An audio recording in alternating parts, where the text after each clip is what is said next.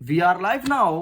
Welcome to middle education. लीजिए students, finally आपके सामने कक्षा 9वीं के हिंदी के उन सभी क्वेश्चंस को लेकर के आ चुका हूं जो आपके एग्जाम में 100% पूछा जाएगा। जैसे कि आप सबको पता है ना कि मिडिल एजुकेशन आपको त्रैमासिक परीक्षा में टॉप कराया, अर्धवार्षिक परीक्षा में टॉप कराया, ठीक उसी प्रकार से वार्षिक की तैयारी के लिए जुट गया है एंड डेफिनेटली टॉपर बना के छोड़ूंगा। आप सभी अपने स्कूल के टॉपर बन के ही निकलोगे। जैसे मैं क्वेश्चन बैंक को ओपन करता हूं तो हमारे नजर में पड़ता है एक ब्लूप्रिंट, और आपको पता है ना कि आपका क्वेश्चन पेपर ब्लूप्रिंट के अकॉर्डिंग ही डिजाइन होगा बेटा। इसलिए प्लीज मिडिल एजुकेशन आपसे यही कहता है कि ब्लूप्रिंट के अकॉर्डिंग ही पढ़ाई करना है, ठीक है। तो काव्यखंड के सभी क्वेश्चंस को मैंने टिक करा दिया। मतलब अगर आपने मेरा पार्ट नंबर फर्स्ट का वीडियो नहीं देखा तो 17 नंबर का तुम मिस कर गए हो। ये हमारा पार्ट नंबर सेकंड होगा जिसमें कवर करेंगे काव्यबोध के सभी प्रश्न को, मतलब 10 नंबर यहां से, और गद्य खंड के सभी प्रश्न को, मतलब 17 नंबर यहां से। इस वीडियो से कवर होगा 27 नंबर के सभी प्रश्न और उत्तर, जो छोटे हो सकते हैं, बड़े हो सकते हैं, जैसा भी होगा पूरा पूरा कवर कर दूंगा। इतना ही नहीं, आसान भाषा में समझा भी दूंगा। तो चलिए फटाफट हम पेज को ओपन कर लेते हैं और देख लेते हैं काव्यबोध से कौन कौन से प्रश्न हमारे एग्जाम में देखने को मिलेगा। देखो जैसे मैं ओपन करता हूं तो हमारे नजर में पड़ता है काव्यबोध 10 नंबर का आएगा, 1 नंबर के 6 प्रश्न, मतलब वस्तुनिष्ठ प्रश्न आपको यहां पर देखने को मिलेंगे। इसके अलावा आपको पता है, अगर आप टेस्ट लगाना चाहते हो लगातार 1 नंबर के क्वेश्चंस को, आप देखना चाहते हो कि यार मेरे से कितना अच्छा आता है, तो वीडियो के डिस्क्रिप्शन बॉक्स में लिंक दिया गया है, लिंक को टच करो, टेस्ट पेपर दिया गया है वहां पर आप अपनी कक्षा का टेस्ट पेपर सेलेक्ट करके और लगाओ। डेफिनेटली आपका एग्जाम बहुत अच्छा होगा। और यहाँ पे 2 नंबर के 2 क्वेश्चन को हम कवर करेंगे। चलिए भाई साहब, जैसे ओपन करता हूं तो यहां से स्टार्ट होता है मेरा प्रश्न। सबसे पहले आपके परीक्षा में पूछा जाएगा कि पंडित जगन्नाथ के अनुसार काव्य की परिभाषा क्या है। तो सिंपल यार, रमणीयार्थम प्रतिपादन शब्दम काव्यम, बस इतना लिखना है। मतलब रमणीय अव्यय का प्रतिपादन करने वाले शब्द को काव्य कहते हैं, ठीक है। लेकिन आपको मैं बता देता हूं, ये क्वेश्चन आपके 1 नंबर में पूछा जा सकता है, लेकिन उससे खतरनाक क्वेश्चन, उससे अच्छा क्वेश्चन आपको क्वेश्चन नंबर 2 को अच्छे से पढ़ना है। काव्य किसे कहते हैं और इसके भेद बताइए। तो वेरी सिंपल, रसाक्तम वाक्यम काव्यम, अर्थात रसयुक्त वाक्य ही काव्य है। और काव्य के भेद, तो काव्य के 2 प्रकार होते हैं, पहला श्रव्य काव्य और दूसरा दृश्य काव्य। श्रव्य काव्य का मतलब होता है कि जब हम सुन करके आनंद की अनुभूति प्राप्त करते हैं, ध्यान से देखना बेटा, जब सुन करके आनंद की अनुभूति प्राप्त करते हैं उसे श्रव्य कहते हैं। श्रव्य का मतलब होता है सुनना। तो जब सुन करके आनंद की अनुभूति प्राप्त करते हैं उसे श्रव्य काव्य कहते हैं। जैसे रामचरितमानस हो गया, इनको हम सुनते हैं, इनको देखते नहीं है, ठीक है। लेकिन यहीं पर मैं दृश्य काव्य की बात करूं तो जब किसी चीज को देख करके आनंद की अनुभूति प्राप्त करते हैं, जैसे कोई वीडियो हो गया, जैसे अभी तुम मिडिल एजुकेशन में वीडियो देख रहे हो, तो वीडियो देख रहे हो और यदि वीडियो मजा आया आपको तो अच्छा कुछ सीखने वाले हो, तो देख करके आनंद ले रहे हो ना, इसे कहेंगे दृश्य काव्य। समझ गए। अगर जैसे आप देख रहे हो कोई नाटक तो आपके दृश्य काव्य में आएगा, लेकिन अगर कुछ चीज आप सुन रहे हो, ईयरफोन लगा के बढ़िया गाना वाना सुनते हैं ना अपन, तो वो आएगा श्रव्य काव्य में। मैं उम्मीद करता हूं इस चीज आपको समझ में आया होगा। आगे बढ़ते हैं, नेक्स्ट क्वेश्चन, रस किसे कहते हैं, रस के अंग बताओ। तो वेरी सिंपल यार, रस कहते किसे हैं, जब किसी काव्य को पढ़ने, ध्यान सुनना, जब किसी काव्य को पढ़ने, सुनने, देखने में जो हमें आनंद की अनुभूति प्राप्त होती है, जो हमें मजा आता है, उसी को तो रस कहते हैं। और रस के अंग, तो सिंपल सा रस के 4 अंग होते हैं। कौन कौन से? स्थायी भाव, विभव, अनुभव, संचारी भाव। आपको पता है, आप कक्षा 9वीं के विद्यार्थी हो, अगर रस, काव्य, अलंकार इन सबको अच्छे से अभी से प्रिपेयर कर लोगे ना, तो 12वीं तक आपको इजी हो जाएगा। 12वीं बाद भी काम आएगा, लेकिन 12वीं तक तो बिल्कुल इजी हो जाएगा, बार बार पढ़ना नहीं पड़ेगा। मैं अपने खुद बताता हूं, जब मैं क्लास 9th में था तो मैंने बहुत अच्छे से सभी रस को पढ़ लिया था, जितने 11 रस हैं वर्तमान में। सब जब मैं पढ़ता था तब 10 रस हुआ करते थे, तो मैं 10 के 10 सभी रस को एग्जाम्पल से अच्छे से रट लिया था, अलंकार को रट लिया था।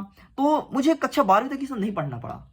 इसलिए बोलता हूं अच्छे से पढ़ लो ना, भी से क्या दिक्कत है यार, टॉपर तुम ही बनोगे। पता है, अगर अच्छे से अभी से प्रिपरेशन करोगे तो 12वीं में, 10वीं में आपको टॉप करने से कोई नहीं रोक पाएगा, बात मानो। इसलिए अच्छे से प्रिपेयर कर लो, ठीक है। आगे बढ़ते हैं, यहां से कोई भी क्वेश्चन है आएगा। नेक्स्ट क्वेश्चन, दोहा किसे कहते हैं। तो वेरी सिंपल, दोहा एक मात्रिक छंद है।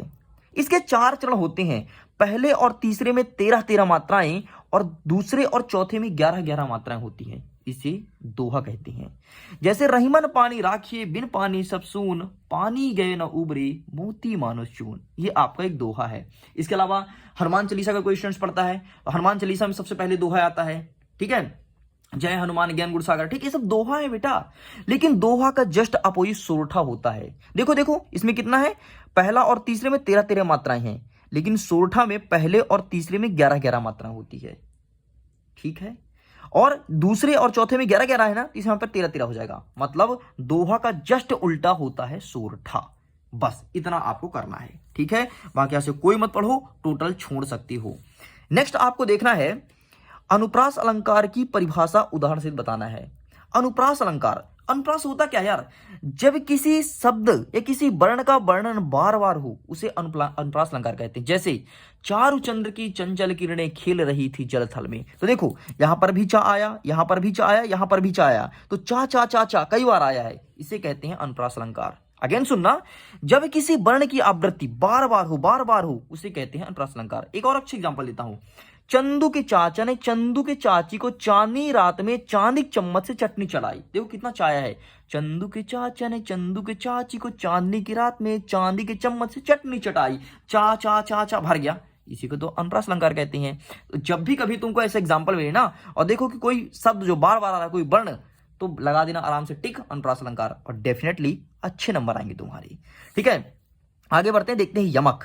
यमक का मतलब क्या होता है, जहां कोई शब्द एक से अधिक बार प्रयोग होता है किंतु उसके अर्थ अलग अलग होते हैं। एक ही शब्द है, शब्द एक ही है, जैसे यहां पर मिडिल एजुकेशन मेरा नाम है ना, तो मिडिल एजुकेशन, लेकिन एक बार मिडिल एजुकेशन का अर्थ अलग निकले और दूसरे बार इस मिडिल एजुकेशन का अर्थ अलग निकले, इसे तो कहते हैं यमक अलंकार। जैसे एग्जाम्पल देखो, कनक कनकते 100 गुनी मादकता अधिकाई, यही खाए बैराय नर यही पाए बैराई। देखो कनक कनक दो बार यूज हुआ है, कनक कनक, तो एक कनक का मतलब होता है सोना और दूसरे कनक का मतलब होता है धतूरा। वही सोना, गोल्ड की बात कर रहा हूं जो आपकी मम्मी के पास है, ठीक है। तो ये सोना अगर कोई व्यक्ति खूब सारा पा जाए, किलो 2 किलो 10 किलो, पागल हो जाएगा, खुशी के मारे पागल हो जाए, बाप रे मेरे पास इतना सोना है। और ये कनक मतलब धतूरा, जो शंकर जी पर चढ़ता है फूल, सफेद सफेद देखे होगे, अगर इसे कोई खा जाए तो व्यक्ति पागल हो जाएगा, क्योंकि धतूरा मतलब जहर है बेटा, समझ गए। तो ये देखो अर्थ, शब्द एक ही है लेकिन अलग अलग हो गया ना। देखो जैसे एक एग्जांपल देता हूं, सेंधव, ये एक ऐसा वर्ड है कि अलग अलग अर्थ होगा। जैसे यदि मैं खाना खाने बैठा हूं और बोल रहा हूं सेंधव लेके आओ, तो तुम क्या लाओगे मेरे लिए बताओ, नमक लेके आओगे ना, नमक को सेंधव बोलते हैं। लेकिन यदि मैं बाहर बढ़िया कपड़े वपड़े पहन करके बैठा हूं, बढ़िया जूता वूता पहन लिया, ठीक है, और अब बोला बेटा सेंधव लेके आओ, तो क्या नमक लेके आओगी कि लीजिए सर नमक लीजिए, नमक खाइए, लीजिए छुट्टी का नमक, नहीं, तब तुम मेरे लिए घोड़ा लेकर के आओगे, क्योंकि सेंधव का मतलब घोड़ा भी होता है। मैं उम्मीद करता हूं जो आपको मिडिल एजुकेशन समझा रहा है आपके दिमाग को हिट कर रहा होगा। अगर बाकी ऐसा हो रहा है तो वीडियो को लाइक एंड शेयर जरूर कर दो ना यार। देखो आपके फायदे के लिए इतने आसान भाषा में पढ़ाने वाला कोई भी शिक्षक नहीं मिलेगा, मुझे ऐसा लगता है। लेकिन अगर कोई शिक्षक है तो देन बहुत अच्छी बात है, एंड आपको उनसे फायदा लेना चाहिए। सो स्टूडेंट्स, वीडियो को लाइक करो, अपने मित्रों के साथ शेयर करो, उन सभी मित्रों के साथ शेयर करो जो चाहते हैं कि मिडिल एजुकेशन तो अच्छा पढ़ाता ही नहीं है। होता है ना कभी कभी कोई विद्यार्थी सोचता है यार मैं तो मिडिल एजुकेशन नहीं पढ़ रहा, मुझे मिडिल एजुकेशन अच्छा पढ़ाते ही नहीं है। उनको बताओ बेटा एक बार देख ले वीडियो, मैंने त्रैमासिक में टॉप किया, अर्धवार्षिक में टॉप किया, वार्षिक में पेपर तुम ही फाड़ने वाले हो, ठीक है जी। चलिए, तो ये भी कंप्लीट हो गया। आगे देखते हैं उत्प्रेक्षा अलंकार। उत्प्रेक्षा का मतलब होता है, उत्प्रेक्षा मतलब जहां संभावना या कल्पना हो कोई चीज की। जैसे मैंने कुछ बोल दिया कि यार आज ना मेरे यहाँ खीर बनने की संभावना है, ठीक है, तो वहां पर हमने अपेक्षा की कोई चीज की, उसी को कहते हैं उत्प्रेक्षा अलंकार। मतलब जहां उपमेय में उपमान की कल्पना की जाती है या संभावना की जाती है, उसे उत्प्रेक्षा अलंकार कहते हैं, ठीक है। जैसे मानो मनु मनहु जानो, ज्यों ज्योति थी, एंड वेरियस प्रकार के ऑप्शंस, ठीक है जी। तो ये चीज आपको करना है। आगे देखते हैं नेक्स्ट, आपका मानवीय अलंकार है, मानवीय करण अलंकार, इसे स्किप कर दो, कोई दिक्कत नहीं। आगे देख लेते हैं महाकाव्य और खंड काव्य में अंतर। ये बहुत ही महत्वपूर्ण है और आपके परीक्षा में पिछले 5 सालों से हर साल पूछ रहा है महाकाव्य और खंड काव्य, इसलिए आपको अच्छे से पढ़ के आना है, एक नंबर भी नहीं कटाना है यार।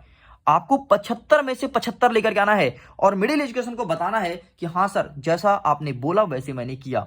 और मिडिल एजुकेशन बस को नहीं, अपने मम्मी पापा को बताना है कि मम्मी मैं पढ़ रहा हूं अच्छे से, मेरी पढ़ाई बहुत अच्छी चल रही है, एंड डेफिनेटली 10th में भी मैं ऐसे ही परसेंटेज बनाऊंगा, ठीक है। तो अगर आप अच्छे परसेंटेज लाओगे तो आपके दोस्तों के सामने आपका इज्जत बढ़ जाएगा, मम्मी पापा के सामने इज्जत बढ़ेगा, रिश्तेदार जो समझते हैं कि यार ये तो पढ़ते नहीं है, उनको बताना अरे चलो हवा आने दो, ठीक है, निकलो साइड, चलो हवा आने दो मेरे को, क्योंकि मैं पढ़ने लगा हूं, ठीक है। एंड फाइनली आपका 75 में से 75 ही आएगा, ये मिडिल एजुकेशन दावा करता है।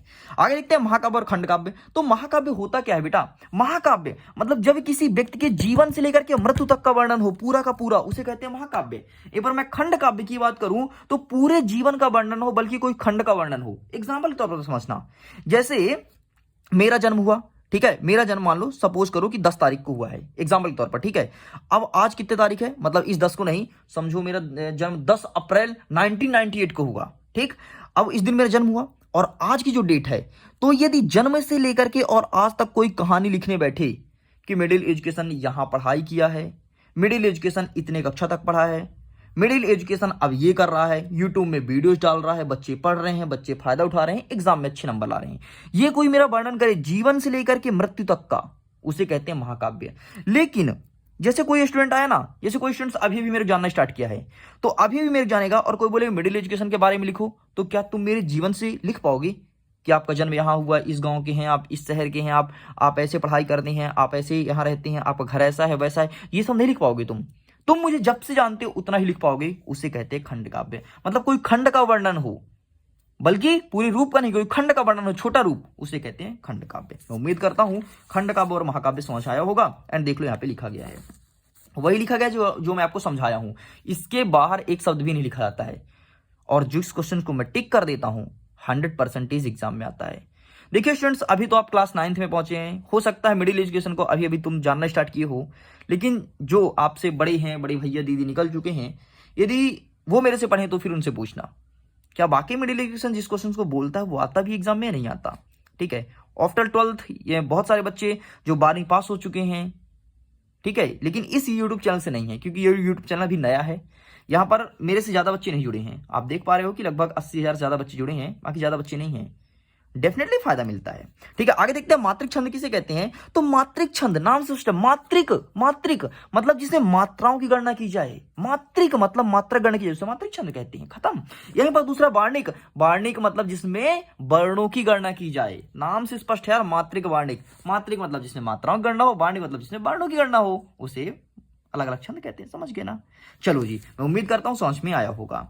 आगे देखते हैं, ये हमारा इकाई नंबर 3 है, जिसमें देखेंगे क्षितिज भाग 1 गद्य खंड। इसको हम कवर करेंगे एक नेक्स्ट वीडियो में, क्योंकि मैं वीडियो में समझा रहा था एक चीज, तो वीडियो बहुत ज्यादा लॉन्ग हो चुका है। अगर वीडियो पसंद आया तो अगेन मैं आपसे बोलता हूं कि वीडियो को लाइक कीजिए, अपने मित्रों के साथ शेयर कीजिए, और अगर मिडिल एजुकेशन से ऐसे पढ़ना चाहते हो तो चैनल को सब्सक्राइब करके और बगल में घंटी होगा, घंटी जरूर बजा लेना, बेल आइकन प्रेस करना। ओके स्टूडेंट्स, ये है मेरे वीडियो का and, so God bless you all.